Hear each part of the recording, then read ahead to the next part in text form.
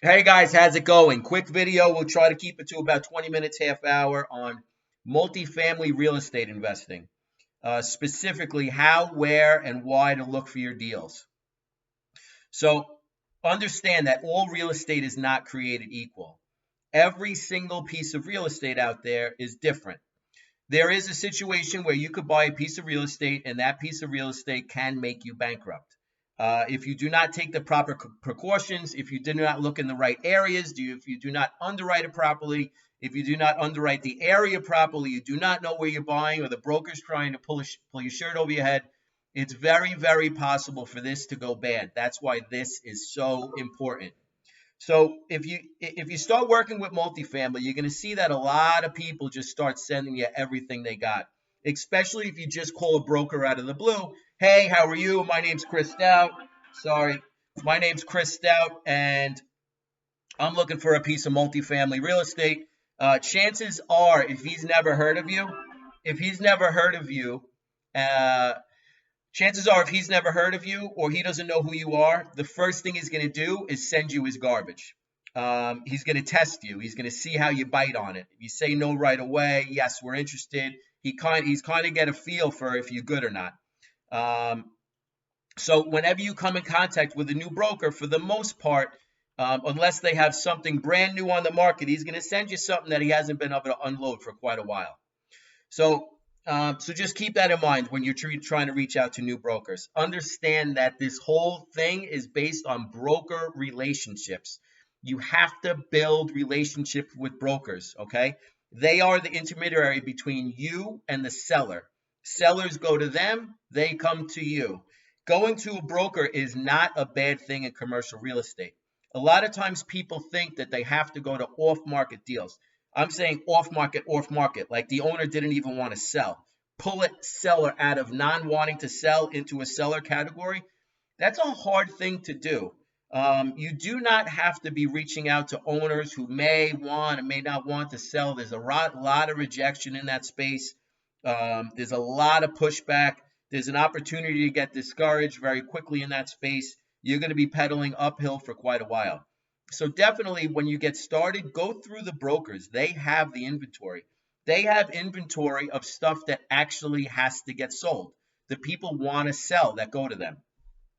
So, so the idea of searching for complete off-market deals, I think that's more of an experience level where somebody is always still in contact with the brokers. They may get somebody in their office who takes care of that, but that is not their only way of finding deals. So in today's video, we're going to talk about the broker route. Broker relationships are key. You have to get in front of these people. You have to follow up email millions of times. You have to try to get FaceTime with them. You want them to know that you're serious. In the commercial world, it's not like the residential world. In the residential world, for the most part, by the time a deal gets to contract, 95% of the time, that deal is going to close.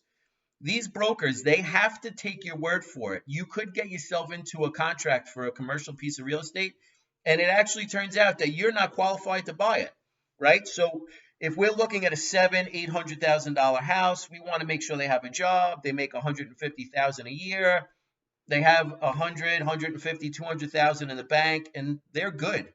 In the commercial world, we're dealing in multi millions of dollars, 10, 20, 50, $100 million. So for the most part, people are not qualified by themselves. This is a team sport. So when groups come in, call them groups, right? Because typically it's not one person, it's a group of people, group of employees, um, a group of some sort is going in to buy this large stuff. Even if it's one boss at the top, it's still a group of people who have to come together to get a deal done. It's not easy to close $100 million piece of property, 50 million, 20 million, 10 million. It's not easy. I'm sorry. It's not easy to do that. So the brokers have to be comfortable with you. They have to think that you're able to close this deal. If five people come in at the same number, say five people offer $10 million for the piece of property, much more importantly than residential real estate and commercial, they have to feel comfortable that you're going to be able to close. A big problem in the commercial world is deals that do not close. So the brokers have to feel comfortable with you. They have to know your track record. You have to fight your way into that deal. A lot of times in commercial real estate, it's not the highest offer that wins. It's the guy who could close. So you have to take that in consideration when you're looking for these deals. Okay, that's where the broker relationships come into play. So here's pretty much the cycle of a deal. Joe wants to sell his 100-family building, right? So what does he do? He starts looking online. He starts looking for brokers.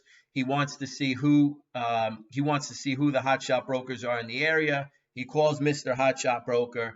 Hi, Mr. Hotshot Broker. My name's Joe. I'd like to sell my 100-family building. Great. Come by for an interview. Okay, we go by for an interview. We have a great discussion. You got the deal. Okay, great. Let's prepare for some financials. Hotshot Broker goes back to his office, puts together some stuff, calls up his boys. Hey, we have this 100-family building. It's coming down. It looks good. Okay, his boys go through some of the numbers. As it's going on, Hotshot Realtor is putting together more and more information, feeding it to his boys. And if his boys say, you know what, it's not for me, okay, next round. Let's put an OM together, offering memorandum. The offering memorandum is it's a document that has the major facts of a deal. So it'll have area demographics, area population, where the area is headed, where the rents are headed, where the rents came from, what we think you could do to add value, so on and so forth. Pictures and diagrams and a whole bunch of sometimes to be complete bullshit. So I was with a friend of mine recently. We were laughing that OMs could be fiction or nonfiction. You don't know. So you want to take the numbers that are current. You could take those seriously. Okay. So the numbers they give you, those are the numbers that you're going to be buying the deal off of. And during your due diligence period is when you're going to confirm those numbers. So it's not 100% necessary for you to 100% confirm those numbers prior to going to contract. And the reason is you're going to buy the deal based upon what they tell you. During your due diligence period, which is typically 30, 45 days, that's when you're really confirming the numbers. As long as you get everyone emotionally committed to a certain level, when you start going through the deal's numbers and stuff winds up being wrong or falsely represented, then that's a opportunity to retrade, right? That's an opportunity to go through the deal and make and adjust the price based upon what you originally were going to go for. So that's why it's important to understand cap rate. When you do your cap rate formula and the deal changes with numbers, you could just plug them into a formula and say, hey, we were willing to pay at a 4.5 cap for this property. Based upon the new calculations of actual numbers, based on a 4.5 cap, which we agreed to pay, this is the new number and this is what we have to pay. Makes perfect sense. It's totally fair. If the owner misrepresents numbers, it's your job to find it out. You don't want to find it out after you close or after your due diligence period. You have to find it out before your due diligence period ends. Okay, so we understand that it goes quick to the boys. If not, offering memorandum has all the facts. Then they start e-blasting it, right? So they'll e-blast it to a larger group of people. No one bites yet. Okay, now let's go to the mass email blast that's out there for the company. So Marcus and Millichap, CBRE, they have thousands and thousands of names on email blasts. So say you went on a South Florida, Cushman and Wakefield email, and you said, hey, please email blast me for any deal in the 50 to 150 units to 150 units range. You'll then get that email. Okay, so now it's considered on the market. It was actually considered off market until that email went out, because now they're marketing it, actively marketing it. So now it goes out to the email blast. It's still not a bad deal by this point, okay? It could have been bad marketing on their point. They didn't call the right people. Once it goes out to the email blast, it's still a very good time to get in on a deal. You want to make sure that you're on those email blasts and reaching out to brokers and reaching out to groups to make sure that you get put on those lists. It's an important thing because you want to be seeing deals constantly in your email. You want to be looking at these things.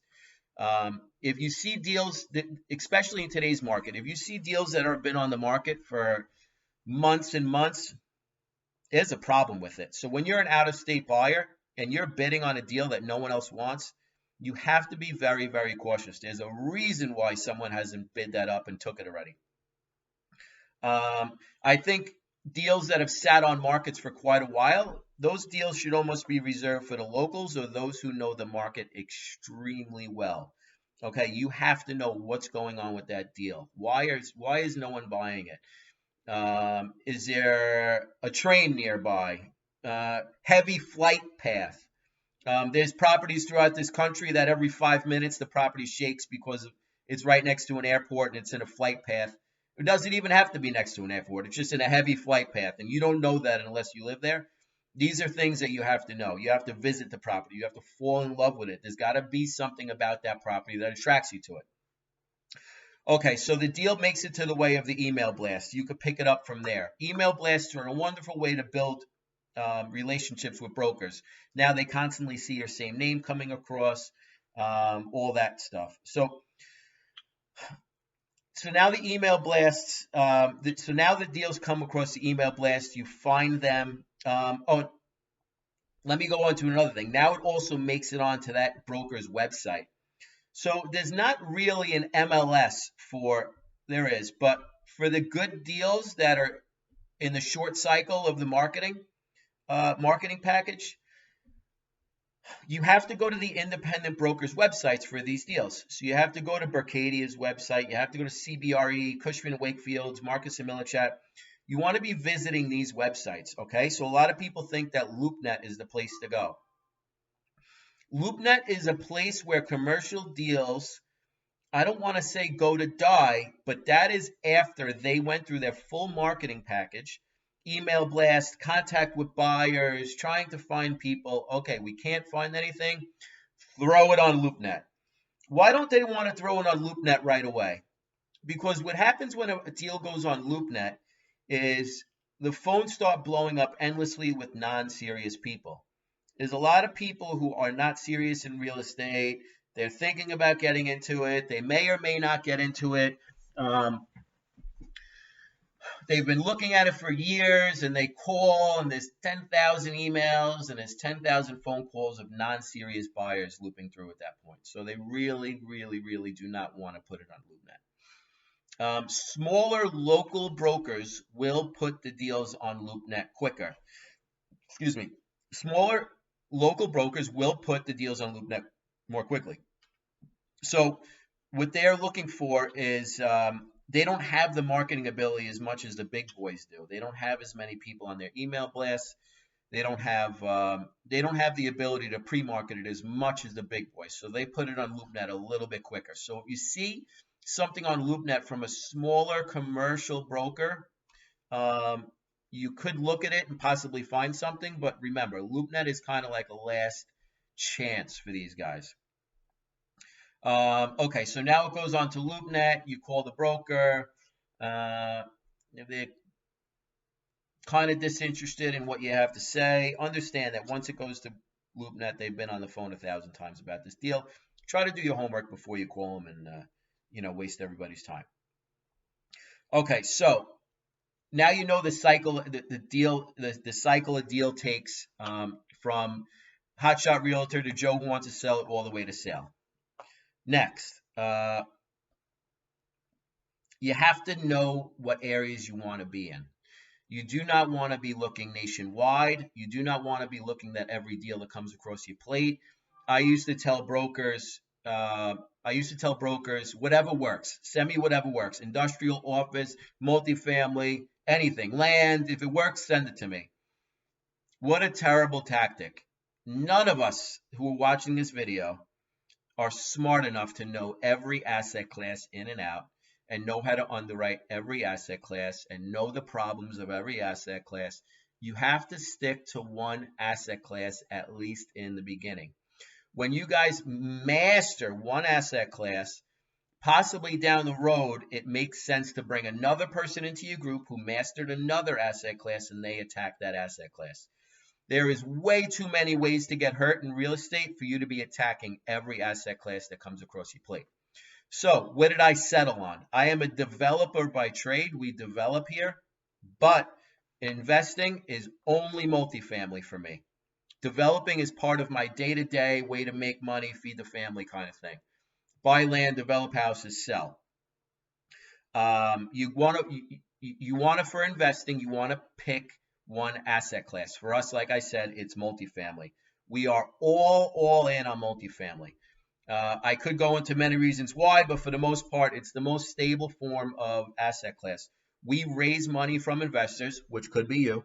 We raise money from investors to buy this stuff. So we need to make sure that we're getting into one of the most stable asset classes there is. We do not, and I do not, I never are interested in waking up one day and making a call telling someone that we cannot make their monthly distribution because of X, Y, and Z. Okay. So we rent, when I raise money to buy deals using other people's money, and I do put my money alongside of it, I buy in southern states, red states, states with healthy landlord tenant laws, because we're able to provide much more steady of a cash flow in those states.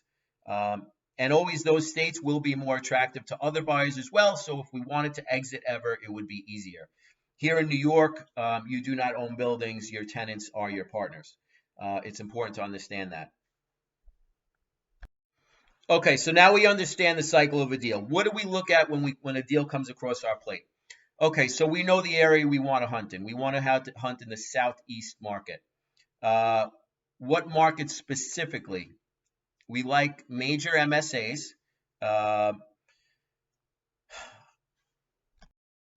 major markets with potential to continue to grow.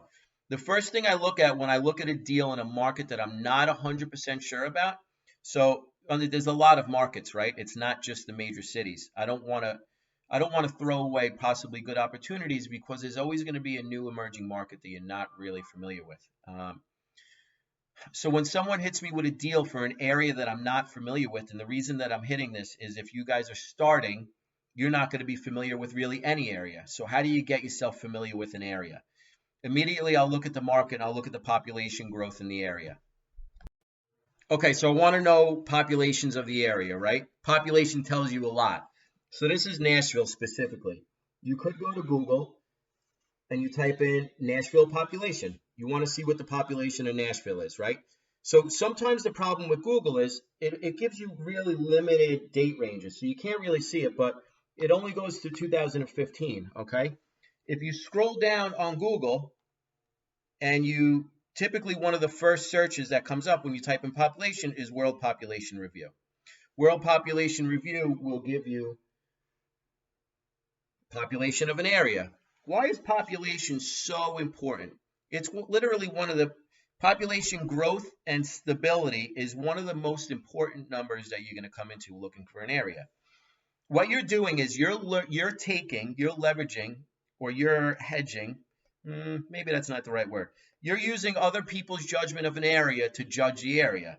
So if people are going there, people like it. If people are leaving there, people do not like it. People typically do not move to high crime rate areas. When places have high crime rates, typically people are leaving. When places are good, cool bars, good places to work, great economy, they love the laws, they love the weather, on and on and on, people move there. So studying the migration of people is tremendous in multifamily real estate because typically when population is growing, the local builders are unable to keep up with the supply of housing. When supply of housing is short, rents go up. One of the most important numbers to look at within a multifamily deal are where are the rents now and where could they go, okay? So some people will argue this fact, but it's not super important to look at the expenses that much. Why? You could analyze the expenses all day and look to see how you could get them down, but there is only so low you could push that expense floor down, okay? So on a deal, if you're able to save a couple percent on expenses, great. You will make more money because the net operating income, the NOI of the building, is how you value the purchase price and the value of the building. But remember, there's going to be a floor to how low you can push that. But what's going to go up, what should go up, and what you should be studying to go up are rents in the area. That's a real way to increase your NOI.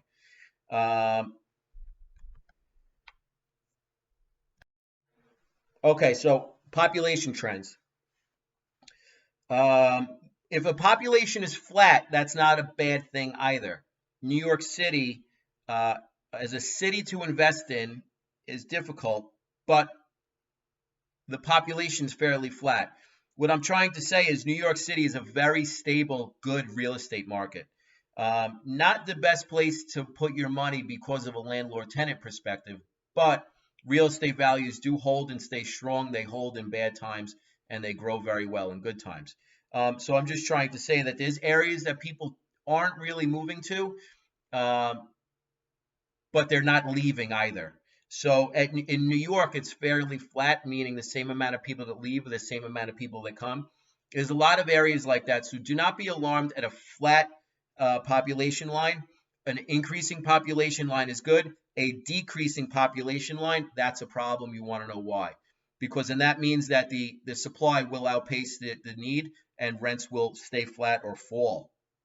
So you want to know what big boys are going to the area. You have to do your market research and see why are people moving here or why aren't they leaving? Where are the jobs going? People like cool places to live. They like good weather.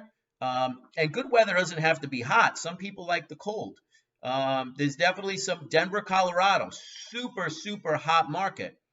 Um, it snows quite a bit there. You would think, why do people want to go? People love those mountains. I love them too. I think it's a great place. A lot of outdoorsy things to do. Another thing you want to look for is land barriers. So you want to look for land type barriers or water, right? A reason why they can't make that city any bigger. Houston's an example of a city that could consistently grow and go on and on and on, right? So what happens is in cities that continue to grow and go on and on and on, uh, the outskirts of the city, it's going to be difficult for rent to grow in that area because right next door they could put a nicer unit than yours, and then you're going to wind up in a position where you have to be very competitive with your units. Rents stay flat or go down in that point. But in cities like Houston, you have to be close to the center of the city, or you could be east because now there's a water barrier. So when you go to western part of Houston, it's just a tremendous amount of land that will go on forever. Places like Denver, the real estate will continue to grow because there's a mountain barrier. They cannot build on the mountains, or at least they can't build densely on the mountains. They won't build densely on the mountains. You might see the random house here and there, but that's not gonna change much. So you want to look for barriers. You want to look for population. You want to look for trends of the economy, and then you're going to want to look for rents. You have to know your rents. You have to know where your rents are, where they're going, and where they came from. You could do this. You could go on Zillow. You could go on Apartments.com. There's other rental websites that you could check out. I use Zillow and Apartments.com. I want to know what rents are going for in the area. Because when you're looking for these deals, you're looking for landlords that fell asleep behind the wheel, and owners that fell asleep. So owners that fell asleep behind the wheel and management companies that fell asleep behind the wheel. So the market being as hot as it is and rents growing as quickly as they have, there are a lot of owners and there's a lot of management companies who did not keep up with the prices. In these markets that we're hunting, and we're able to raise the rents to the market. Leases expire, we're able to raise them. So you want to make sure that you're going to be able to take advantage of that, and someone didn't take advantage of it prior to you buying it. You want to make sure that that rent growth is there. So remember, that top line is the line we want to look at. The bottom line, top line revenue is we want to look at. Expenses, like I said, you can only push them down so far. So when we're looking in areas that can't get any bigger, think of Manhattan, right? I keep referencing New York City, but Manhattan cannot get any larger, right? It cannot get bigger and it cannot get longer. So it's just going to go up. It's important to look for those barriers and where they can't build any larger. Southwest Florida, it's another great example. If you look at a map of Southwest Florida, okay, so South Florida, you have to see that this, come on, markup. Come on, markup. Come on. Hold on. Give me 1 second. There we go. This is all, this isn't working for, this is all swampland. This is all Everglades. You cannot build this way. Come on, Apple. I had a lot of faith in you, Apple. All right, you cannot build this way. So this corridor here, I have the screen on reverse so you guys can see it straight. This corridor here cannot be extended into land, and obviously it cannot go this way into the water. You cannot extend south, and north starts to get colder. Okay, so this stretch of land here,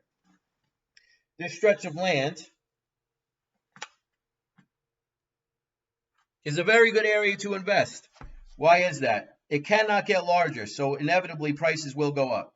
And we're not talking about condos that people use for second houses and all that, right? That stuff is garbage. Sell the garbage. Don't use the garbage. Don't buy the garbage. And that's what I'm saying. You can buy bad real estate. But for the most part, people have been moving to Florida forever, and they will continue to do so because the weather is good and they love living there, and it's a cool place to go. Okay, so things that we look at, right? So I went through everything we look at. So now underwriting. I hit it a little bit, but just know your rents of the market.